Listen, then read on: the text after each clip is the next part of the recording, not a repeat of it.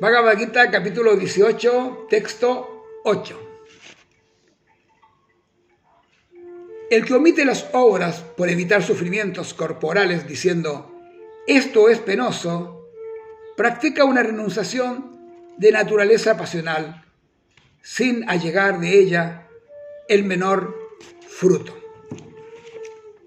Aquí ya empezamos con el proceso de enseñar. Krishna está enseñando todo a través de lo que son las modalidades de la naturaleza material. El anterior habló acerca de cómo lograr las cosas, o cómo se logran las cosas a través de la oscuridad, de la ignorancia. Y aquí está explicándonos acerca de cómo se actúa en relación o en el plano de la pasión. Y dice el maestro espiritual,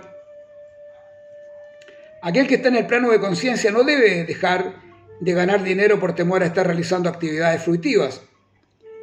Si mediante el trabajo uno puede ocupar su dinero en el proceso de la conciencia, o si por el hecho de levantarse temprano por la mañana uno puede hacer un progreso trascendental consciente, no hay que resistir de ello por temor o porque esas actividades se consideren dificultosas.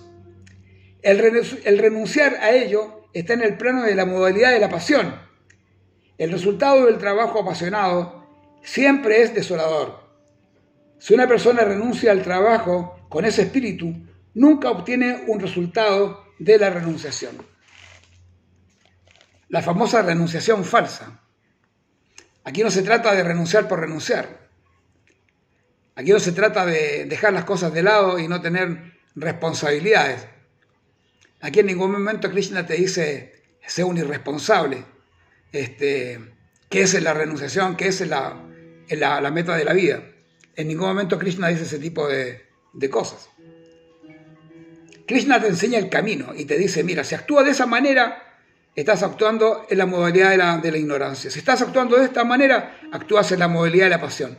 Y si actúas de esta otra forma, vas a actuar en la bondad. ¿Qué es lo que pretendemos nosotros? Es alcanzar la bondad. ¿Por qué? Porque en la bondad tú te puedes situar en un estado en que vas a lograr la felicidad. Y sobre todo, si alcanzas, que ya lo explicamos en el anterior capítulo, vas a alcanzar un estado de bondad pura que se llama Vishuddha Sattva, que es muy recomendable, es que es cuando uno llega a un nivel en el cual todas las actividades no están manchadas ni por ignorancia, ni por pasión, ni por bondad, sino que están hechas en estado de pureza.